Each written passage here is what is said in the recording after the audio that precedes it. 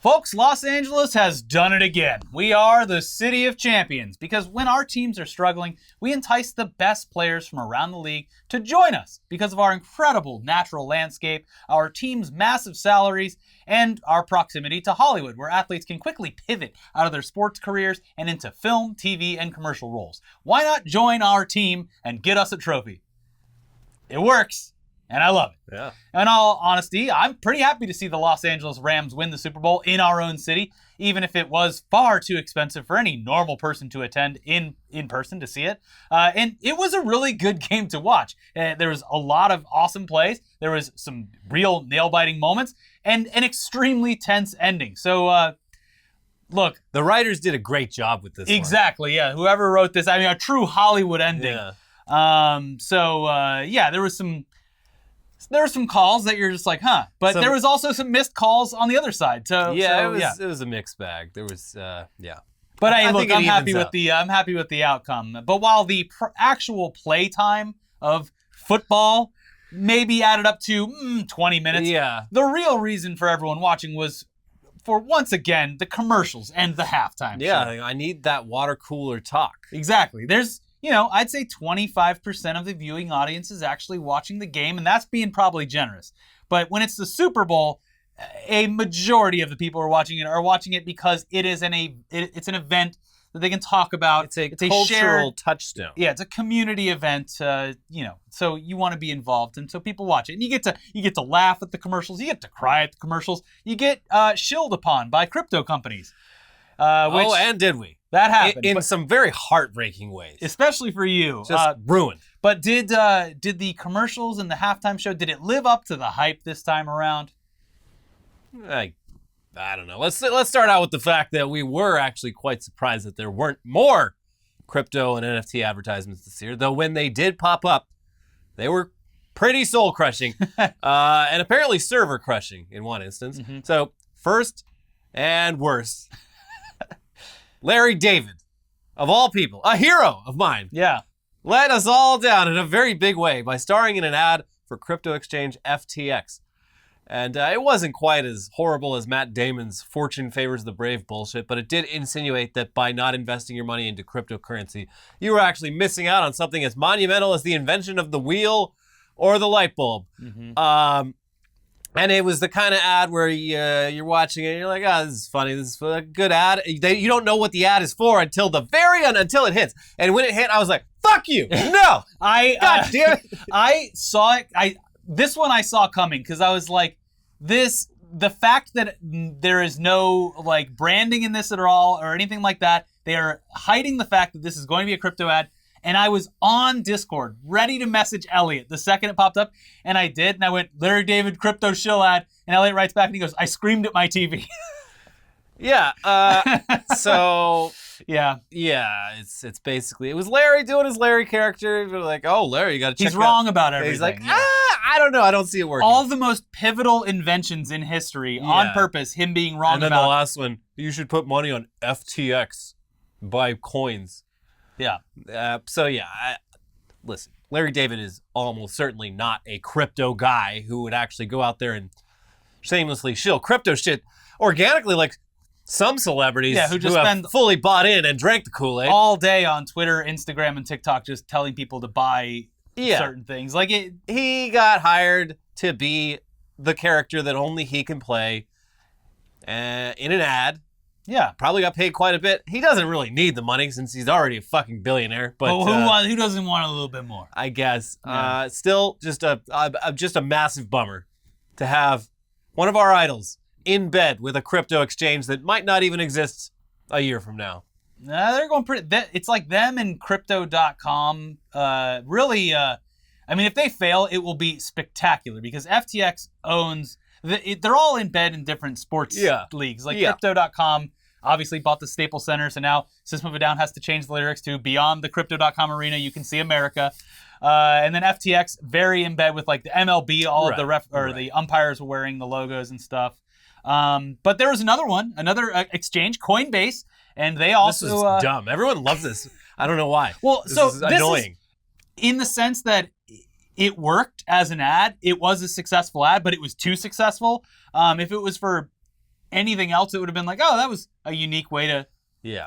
get people engaged with it. But yeah, the other big crypto ad was actually so successful that it unintentionally ruined their actual promotion, but also angered millions of current customers who were actively trying to use the platform because Coinbase deployed a parody of the DVD screensaver screen where a logo bounces around on a black screen for a while. But instead of any kind of actual specific branding, the image bouncing around on the screen was a QR code that would bring people to their platform with a welcome offer for some free crypto. Only $15 worth, which not going to buy you much. It's free money. The code was scanned by so many people watching that their servers crashed for an extended period of time, and that resulted in a broken link for anyone trying to actually find out what the QR code was. Not a great look for the company, considering that they paid for this one moment of new signups.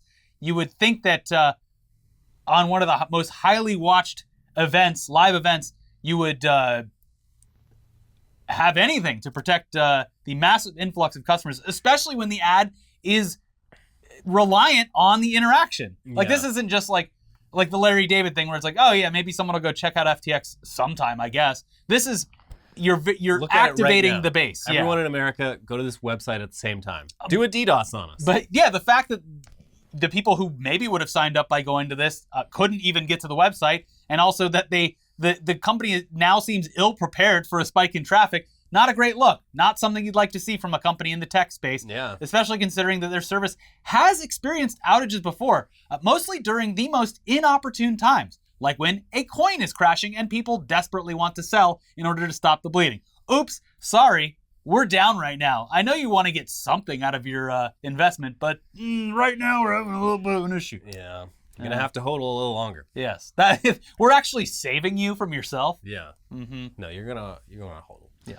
There were also plenty of other ads that stood out, though. It looks like one of the highlights seemed to be the ever-evolving shift into electric vehicle dominance in this country, which is good. Yeah. There's been a plan in place for the major car companies to shift to entire electric fleets by the 2030s. It looks like they're already well on their way. One of the biggest announcements in recent years that will help get the ball rolling on mainstream adoption has been Ford debuting the all-electric F-150 Lightning, which it just looks like a normal truck. I like it. None of this weird nerd shit. Yeah. And it's also going to be geared towards adoption from local municipalities. Which is, that's the thing, is getting entire cities' fleets of their work trucks onto this is going to be a huge push forward into actually getting this adoption. Yeah. But during the Super Bowl, the other biggest truck maker in the country, Chevrolet, they debuted an ad for an all-electric Silverado, which was a play on the intro to The Sopranos, and featured Tony's kids, Summer and Anthony Jr. I liked this a lot, just mainly because, as everyone who watches this knows, I've been going through and watching Sopranos for the first time. So when it came on, the song triggered my ears, and I went, "Yo, the gabagoo!" I mean, it's a great song. Gotta get the gabagoo. Woke up this morning, got some gabagoo. But yeah, Summer hasn't aged a day. She looks great. Yeah. AJ looks all right. Yeah. He had some problems over the years, but it looks great now. I just know that if Tony Soprano were still alive today, and maybe he is in the world of The Sopranos, he would see that parked outside their house and be like, what the fuck is this? Electric truck? Yeah. Maroon. Yeah, also this, the F-150 looks like an F-150. This one looks like a mixture between let's do something future freaky looking and a normal truck. It's got those lights. I think it looks cool. I think it's a nice medium between the standard looking truck and whatever the Cybertruck is. Yeah. It's a happy medium. I mean, it is funny to me that they're showing it. Like, the biggest problem with trucks in this country is that most of the people who own trucks don't use them properly. Yeah, they don't need a truck. So it's like, I love that it's showing a woman driving the New Jersey Turnpike with like a completely empty fucking massive truck. Like, okay, well, just get a Volt, lady. You don't need all this. As a truck owner, as a truck, I put my mountain bike in the back, so it's useful. Although I could get a small car with a bike rack, but no. You could get a Subaru. I like having the truck just in case. I got some plants from Home Depot the other day, and guess what? Made it real easy. Yeah. No dirt in the trunk. Yeah. Not buying too many plants with your little fucking Honda Civic, are you? You scrub? Yeah. Anyway, General Motors, who owns Chevy, had another ad featuring their full lineup of futuristic-looking electric vehicles, this time anchored by more millennial nostalgia, a reunion of the cast of everyone's favorite 90s movie franchise, Austin Powers, Yeah. with Dr. Evil attempting to save the world in order to then take it over. Yeah, so the lineup is okay. The designs of their vehicles seems like they're caught somewhere in between practicality and just like concept car Yeah, stuff. I don't know what the one that on the side. There's like a Cadillac. There's the Hummer, which looks like a truck. There was some weird shit in the commercial that was like, yeah, okay, yeah. I think all new cars look weird. Yeah. But yeah, it was cool seeing them remake two iconic media properties. Yeah, Rob Lowe was there, but they barely used him. He's there for the paycheck. Yeah. Yeah. But speaking of nostalgia bait, that sort of kind of worked, but I do have questions about who this was for. Mm-hmm. Jim Carrey reprised his role as the cable guy. Hey, you guys remember the cable guy? In an ad for Verizon's 5G internet speeds. Yeah, it was a big movie, but it wasn't a big movie. It was pretty niche back then. It was critically like hated, and aside from being like a cult sort of classic for some people, like I was like, that's a very interesting choice. I feel like most people are like, Jim Carrey's a cable guy. Why is he dressed like a cable guy? Yeah. Like, I don't know. Seems like way too niche of a reference. That's okay. It would have made more sense if he was the Mask, and he's hooking up their internet. He's like, these internet speeds are smoking. Somebody stop me. Yeah. And then he brings back Swing. Yeah. Yeah. And I would point out that, like, yeah, this would be like in the 90s doing a commercial based off of something niche from the 70s. But I think that actually happened. So it is just, it's direct targeted marketing and making us, people our age, feel or acknowledge the fact that we are old. Yeah, we are old this now. Super Bowl was the first time I was like, move over, boomers. There's some new boomers in town, and it's me. Yeah, it's not like And they're everyone marketing else my age. like, young frivolous things. It's like, here's a family car, or here's a decision for your family, millennial. See, the joke's on Head them, of household products. The joke's on these advertisers, though, because we might be the new boomers, but the biggest difference between us and the original boomers is they had money. We don't have any of that shit. No, our generation You want us does not. to buy a brand new car? Are you fucking insane? Yeah. No, not going to happen. Mm-hmm. So there you go. I mean, there was a Rocket mortgage ad that kind of like also didn't Barbie make me feel one? very good about like the prospects of home ownership in this country. Yeah, no, it's... It painted a pretty bleak picture. Yeah, I'm like currently like trying to even find a house. It's fucking horrible out there, and that commercial just like solidified it. That commercial was very upsetting to me. Anyways, everything else was your standard Super Bowl fare. There were some standouts. McDonald's embraced the meme of confused customers who crack under pressure in their drive-thrus with the "Can I get a?" They need to move the menu farther back.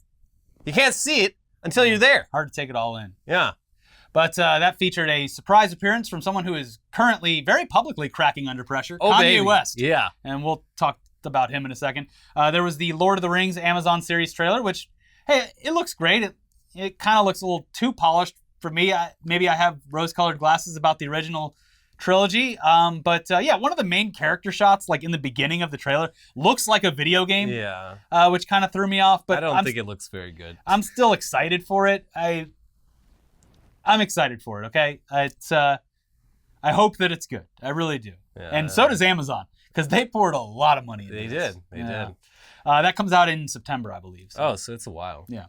There was a very expensive avocados from Mexico commercial, which was ironically timed because just hours before the Super Bowl was set to begin, the United States suspended all imports of Mexican avocados due to an alleged threat against a safety inspector. Yeah, this happened like in the early morning hours before the Super Bowl, and then they had a multi-million-dollar ad running specifically for avocados from Mexico. Yeah. Yeah. Which is, the fact that they're even advertising that is fucking weird to me. I'm like, first of all, your average consumer, I don't think is like, oh, make sure to get the Mexican avocados. They're just it's more millennial advertising. Like, oh, this avocado toast.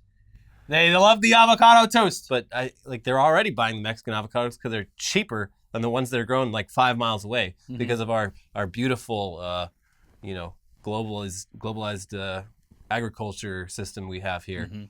But Well- yeah, very weird. I'm like, why does the avocado industry need to advertise? That's that. Very So strange. that's the thing is like why advertise for avocados? It's I don't get it. I made my own guacamole for Yeah. the Super Bowl, so I am a avid avocado consumer. They're but I great. didn't. You either love avocados or you don't. You either are aware of their existence and the powers that they have as an ingredient, or you're not. Yeah, it's not this brand new thing. They're Yeah. avocados. We know about the avocado.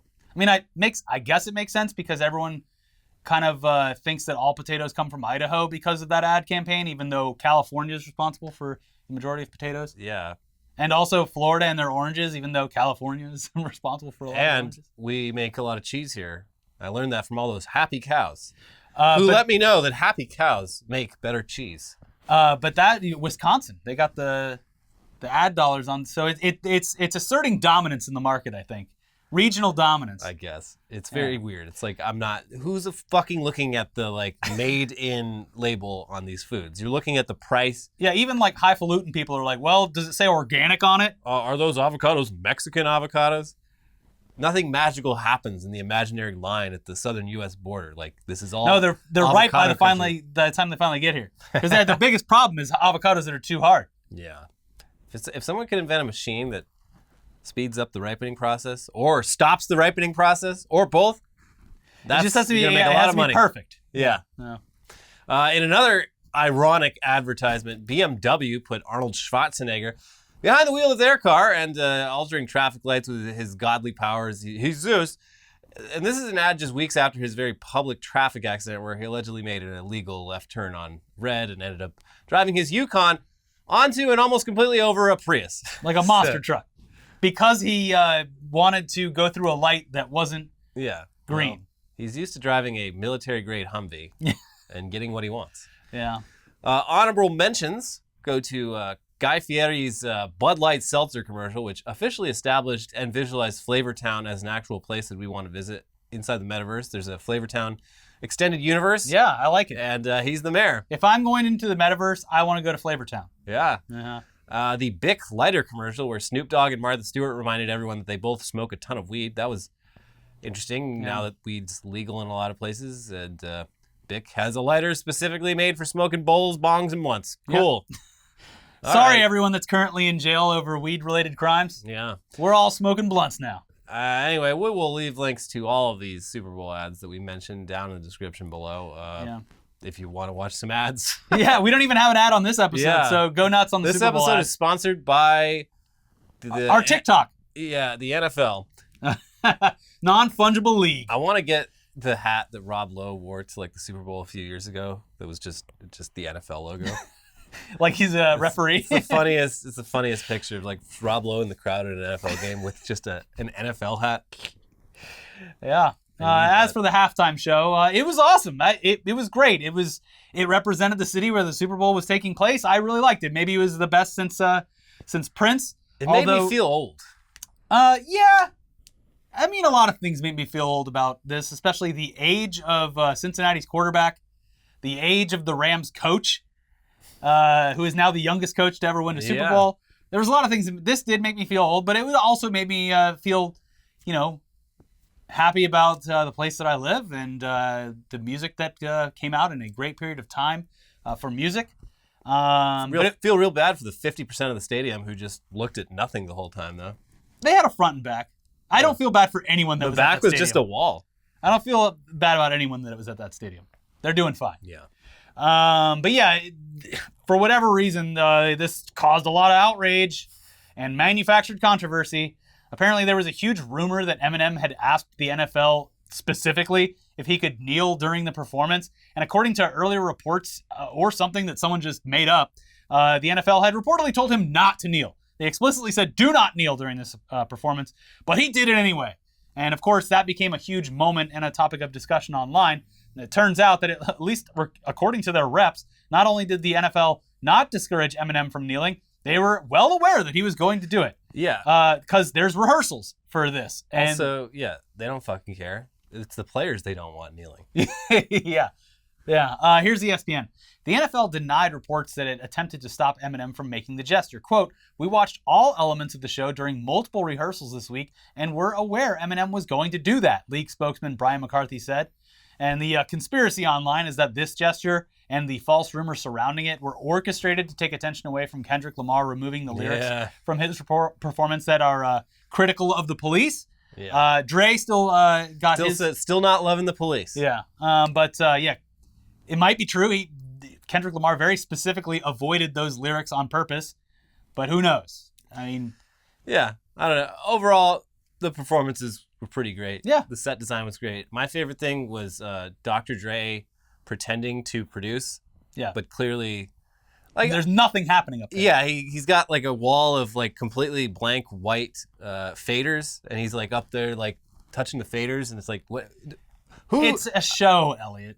Yeah, I don't know. He did get on the piano, but I doubt the piano was even plugged in. But that's the thing with played the notes. With stuff like this and like SNL, they're playing over a very a backing track of everything that's happening. Yeah. And other than like drums, I feel like everything's pretty low in the mix. By the way, Anderson .Paak was having a great time playing the drums there. Yeah, he was. Yeah. Good for him. Yeah. But yeah, there was a pre-performance if you really want to see a bad performance, well, you got to see the Chainsmokers play the pre-show. Because they had the backing track, but they were also like live mixing his vocals in and out. And there was like so many times where you could hear him just like completely fail at getting close to it and then like pull the fucking... In the backseat of my room. Yeah, fuck off. But yeah, good. It was a good halftime show. Mm-hmm. I liked it. But of course, that wasn't true for the very outspoken religious right in this country who were quick to critique this hedonistic, satanic, devilish performance despite it on being the internet. Very tame, especially for the reasons that they point out. Because look, I'm not trying to what is this, 1993? Like, oh God, yeah, these former gang members are allowed to make music. Well, and that's not even the critiques that were happening. That was like even that you'd be like, of course they're gonna say that, but it wasn't even those types of critiques that were made. It was more of the over sexualization stuff, which is just like. I didn't see anything in this performance that would make like someone clutch their pearls. Mary J. Blige is a classy lady. Mm-hmm. So most notably, founder and president of Toilet Paper USA, Charlie Kirk, who tweeted, "The NFL is now the league of sexual anarchy. This halftime show should not be allowed on television," which is really, really strange because there was not a whole lot to be upset about, even from the traditional pearl clutcher perspective. Yeah. Especially the sexual anarchy. What was sexual about it? I'm not sure. 50 Cent wearing a tank top? Was that sexual? Yeah, he was hanging upside down and his boobs were crushing his face. Yeah, so that tweet, which almost seems like he had that one just like scheduled. Yeah. Scheduled post. I'm taking the night off. Yeah, I'm sure whatever happens during the halftime show will be sexual anarchy. So, But that resulted in widespread mockery from both the left and the right. A rare display of unity in our political discourse, all coming together to dunk on Charlie Kirk. Yeah, even Pierce Morgan was even like, "Go to bed, Grandpa," which is saying a lot. Yeah, so one of the funniest tweets out of the halftime show it's now deleted for some reason, but we're going to retell it anyway because it really hit close to home. For me, it hit close to home. So Chris Stevens tweeted, "After Kendrick Lamar, Dr. Dre, and Snoop Dogg had already appeared, the guy I'm next to at this bar leaned into me and said, 'How badass would it be if Kid Rock came out right now?'" And this, I wrote to Elliot, I was like, that is my dad. When I was home, I had to hear that song. Wait, what? I am not kidding. I had to hear the new Kid Rock song probably 20 to 25 times. Wow. Yeah. And then did you tell your dad how to live and he just turned it up? Yeah, multiple times. I was like, I've had enough. Can you turn that song off? I've heard it so many times. Nobody gotta tell me. And it's funny because it sounds like something my dad would say, and I heard it in his voice when I read it in the tweet. Like, how badass would it be if Kid Rock came out? like the person that he's telling it to agrees with him, already. Yeah. Predisposed to agreement. Man, how badass would that be? Oh yeah, man, it would be awesome. And then the guy next to me said how awesome it would be, and he agreed with me. Like, I love my dad, but that Kid Rock song really did something to him. There were a lot of conservative people who were very upset at the lack of white people during the halftime show, which I'm sure white people are going to be okay. Yeah, I think they'll be fine. I think you'll bounce back from this one, guys. And even the one white guy on stage did the kneel. Yeah. Yeah. But That over, race like, trader Eminem. compared to previous performances that very clearly riled up a specific group of people, Yeah. This one was extremely tame, and I thought quite good. Yeah. Yeah. Yeah, the J-Lo Shakira one, that one was... That drove conservative people insane because they got them very angry boners all across America. That's the thing, is they had to get up and leave the room with their hard-ons. God damn it. Yeah. Getting horny over these anchor babies. Yeah, they were really upset about that. But anyways, let's move on to someone who was in a Super Bowl ad at the Super Bowl and has been the center of attention for the past couple of weeks due to his complete lack of ability to cope with getting dumped by his ex. Kanye West has been displaying some major teenage first breakup vibes ever since it was announced that he and his adult ex-wife, Kim Kardashian, had split. These people are both like 42 years old. And that she'd filed for divorce. But things have gotten really petty and really stupid in recent days and weeks. I mean, we didn't really cover it at all, but things kind of reached a new level when Kanye first floated a rumor that Kim's new boyfriend, Pete Davidson, has AIDS. That was like that kind of started it all. Like you knew that Kanye was upset about this because the joke is that Pete Davidson just swoops in. Yeah. And he's dated literally the most famous and beautiful women in the industry. He does really well for himself with women. Does. He's probably a really nice guy. Especially with how he looks. And probably really funny. Yeah, he is. He's one of those guys that's like, I think he looks weird. Yeah. And but he's got a huge cock. I think he looks kind of like unwell. Mm-hmm. Like he needs a little more sun, maybe. Yes. Maybe a better night's sleep. And self-admittedly, new mattress. And still lives in his mom's basement. Well, anyway. Yeah. But other than that, I mean, he's not ugly. Yeah. But yeah, people have a lot of trouble coping with the fact that a guy like Pete Davidson can pull chicks. It bothers the average American because they see him and they go, "Why can't I have sex with Kim Kardashian?" I was supposed to be Kim Kardashian's next boyfriend until SNL star Pete Davidson swooped in on me. Got cock blocked by Pete Davidson. Yeah, but so Kanye was like, "By the way, Pete has AIDS," and then which is like such a fucking throwback, like gay panic 1980s thing. Like he's got AIDS. Yeah, he's like, "What's the probably from sucking dick?" Well, so that was like and you have to kind of at this point put yourself in the mind of a teenager and what a teenager would do or say to get someone to not have sex with someone else. I heard he has the most extreme way possible. I heard he has mono, actually. Yeah. So that was like weeks ago. And it's continued to play out very publicly since that point of no return. Because once you do that, I mean, it's all downhill. Kanye has severed relationships with close personal friends over their connection to Pete Davidson. Yeah. Most notably with Kid Cudi, who Kanye has removed from his upcoming album because of his friendship with Pete. Kanye got into a public spat recently with 20-year-old Billie Eilish because he claims she dissed Travis Scott by helping one of her fans at her own concert. That was a weird side quest on this journey. Wasn't he saying he was going to refuse to play Coachella unless he got a personal apology from Billie Eilish? Yeah. Get over yourself, Kanye. Yeah. So Kanye has posted and then deleted so many attacks against Pete Davidson. Yeah. Including him in diss tracks. He tweeted out a Photoshop. This one, I kept seeing these being screenshotted on Twitter like during the weekend, and like for a while I was just like, oh, these are fake. Like, these are fan edits. I don't think Kanye was making them. No, he amplified it. Sincerely, he loved it. He did like them. So he tweeted out a Photoshop of the Captain America Civil War poster, but with his friends, him and his friends facing off against Kim and Pete and Billy and even Taylor Swift. Yeah.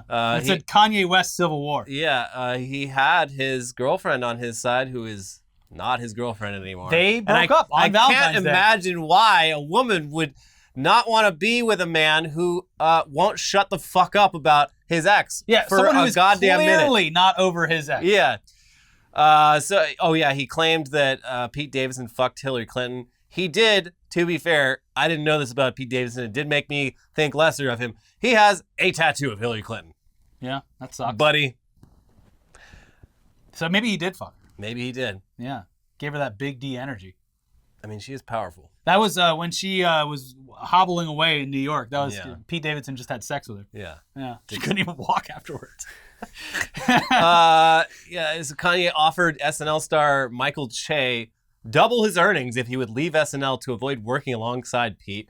He posted images of himself holding up a notepad indicating that his all-caps ramblings were not the result of a hack and were actually coming from him. Mm-hmm. Just to be clear, the cringe you are reading is my cringe. He had an out there. Yeah. You're like, oh shit, my bad, I got hacked. So yeah, he keeps perpetuating the idea that they could and will get back together, him and Kim.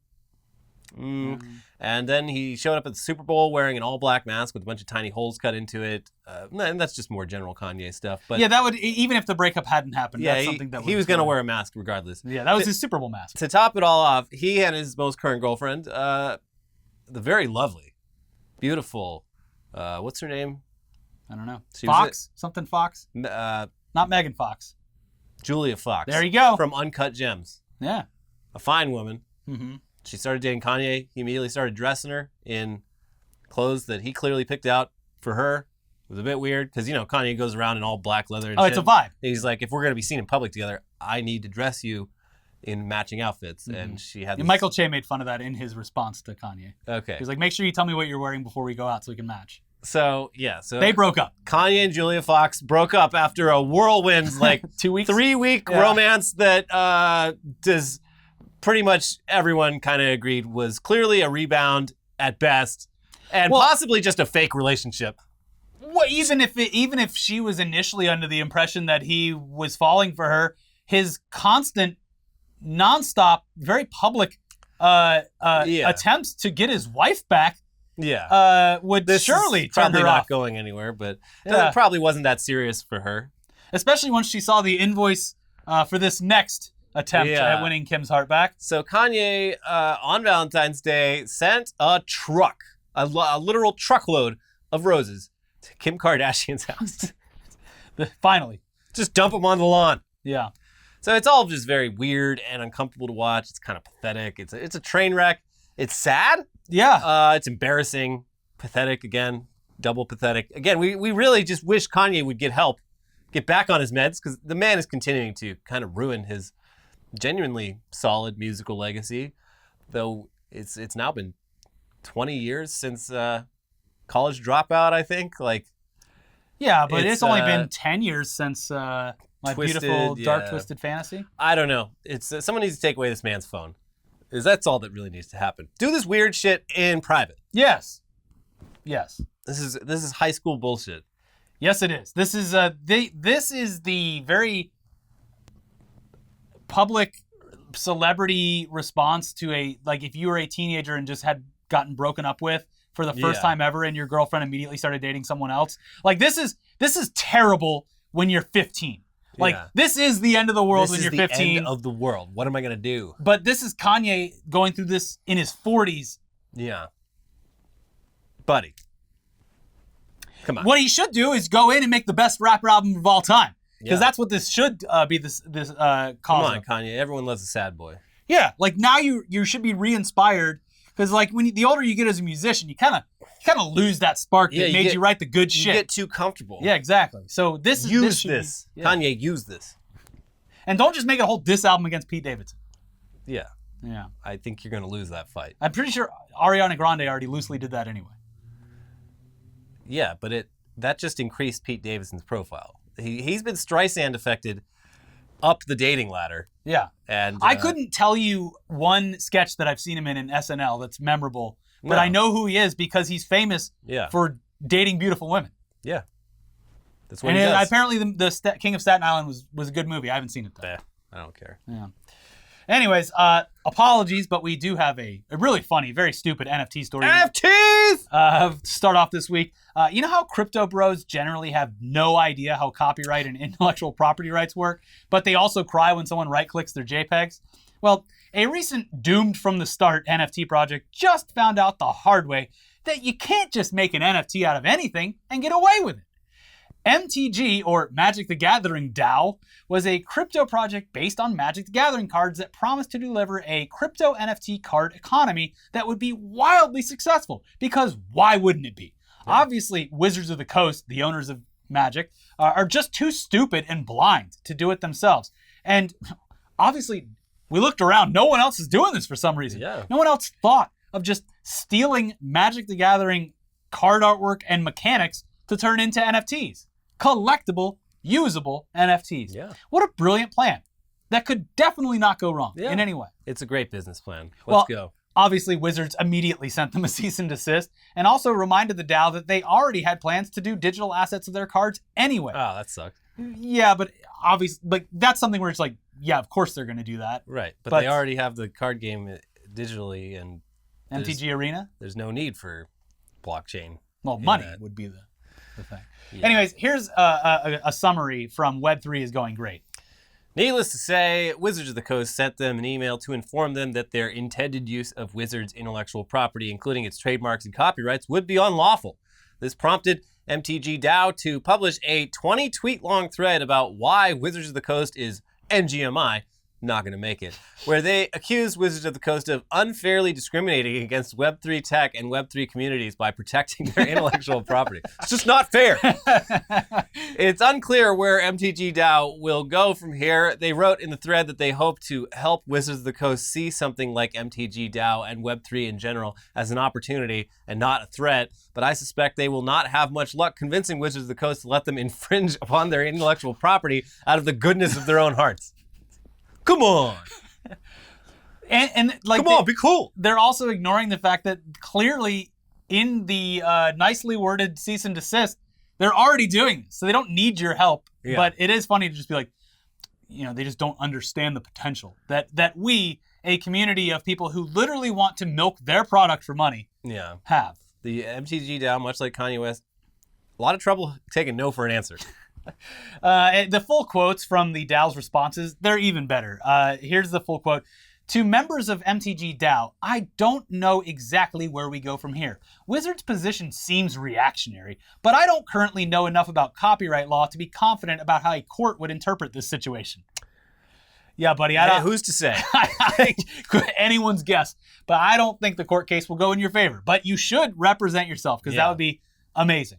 Also, their white paper, which is, if you're unaware, it's the roadmap or plans or the actual description of the utility of whatever they're creating. It is so delusional that it's hilarious. Here's some excerpts from their big plan to bring Magic the Gathering into the crypto space. In order to be allowed to play a card in the MTG DAO format, players will need to show proof of ownership of an NFT for each card in their deck. In order to play the game, players will need to own both the NFT for their card and also the actual card used to play. Players will need to get used to the idea that the vast majority of players will never play with or against those popular cards that we often see when playing in existing formats. This idea is the primary strength of this format. Okay. So that's obviously doomed to fail. Yeah. Even if they weren't being taken down by just a slam dunk copyright cease and desist. A simple email fired off in the middle of the day where their lawyer was like, well, that's done. Stop. But it's not as if they didn't have a plan in place for an inevitable confrontation with Wizards of the Coast, because according to their own white paper, in the long run, I think there's a chance we can just buy the Magic brand from Wizards of the Coast. They're going to love this idea so much. They're going to see so much potential in it, they're going to let us just devour them. No. Wizards of the Coast, a company whose 99% of their revenue comes from Magic the Gathering, is going to sell billions of dollars, the most popular trading card game in the world to us. Or they're going to hate us so much that despite that, we're going to have a hostile takeover. Because they're not going to be able to say no. We're going to offer them so much money. So yeah, if you want to read their 20-tweet long explanation of how Wizards of the Coast, which is owned by Hasbro, is NGMI, and all the clapbacks, responses, quote tweets, people just dunk, NBA dunking contest up in that thread. We will leave a link to the entire thread below. The best part is, like, of course, this was all over like different Reddit communities that are hesitant on crypto, but also it made it to the actual Magic the Gathering subreddit, where it, like, some of these people were experiencing like NFT and crypto bros for clearly the first time. But it was beautiful seeing people just dunk on this project so hard. And just like people actually being like, what's this? Let me look at their white paper, and then just like highlighting certain things out of it that are outrageous. It was fun to watch. But hey, before we go, we have an update to a story that we just covered on Weekly Weird News. The one about the mayor who was convinced that ice fishing would inevitably lead to an epidemic of prostitution in his city. Slippery, icy slope. He now claims that he was joking about the whole thing, which No, I've seen the video. He was dead serious. Yeah, when you read it in text, it's like, I would make that joke if I was mayor. Yeah, no, there's video of it. Yeah, but he has since this all went viral and kind of made his small town into an international laughingstock, has submitted his resignation and will no longer be mayor of Hudson, Ohio. And I think he was mayor for a long time, because when you look up his name on Google Images, his official mayor photo looks like it's 20 plus years old. Yeah. So is this what finally brought this guy down? I guess so. Here's local outlet WKYC. Hudson Mayor Craig Schubert has submitted his resignation less than a week after raising concern at a city council meeting that ice fishing could ultimately lead to prostitution. Schubert also offered the following statement. City council workshops are a time for discussing important matters, the sharing of ideas and concerns, as well as one's knowledge and experience prior to crafting legislation to establish new laws and policies. My comments at Tuesday's workshop were made out of concern for our community. What could become of unintended consequences of new legislation, based on my prior television news reporting experience. My attempt to inject a bit of dry humor to make a point about this in the midst of a cold, snowy February was grossly misunderstood. Okay, whatever. Jokes. Now they should take the next step and legalize prostitution in the city. Yeah, but only on the ice. And ban ice fishing. Prostitution, illegal on land, illegal on water. Only legal temporarily on the ice. Perfect. I like it. Yeah, if things get too hot, no more prostitution. Anyways, this is a fun all fluff episode of our show. Nothing too serious. Yeah. Except for our concern for Kanye's mental well-being. But like, hey, fun to kick back and look at some Super Bowl for a while. Yeah. Yeah. The old sports ball. Throw in the old sports ball. The old superb owl. Who won the Puppy Bowl? Who won the Puppy Bowl? But yeah, we'll be back with more actual shit coming up soon for Tech News Day. And if you haven't already, we got 2 great episodes for you to watch. We got the artistic revisionists have hit contemporary art and fucked everything up there. And if you want all the info on MoviePass, and there's a lot of it, make sure you watch the most recent episode of News Dump, because MoviePass is back, and that's a threat. That is a threat and a promise. Subscribe, leave a comment. We'll see you soon. Bye-bye. Bye.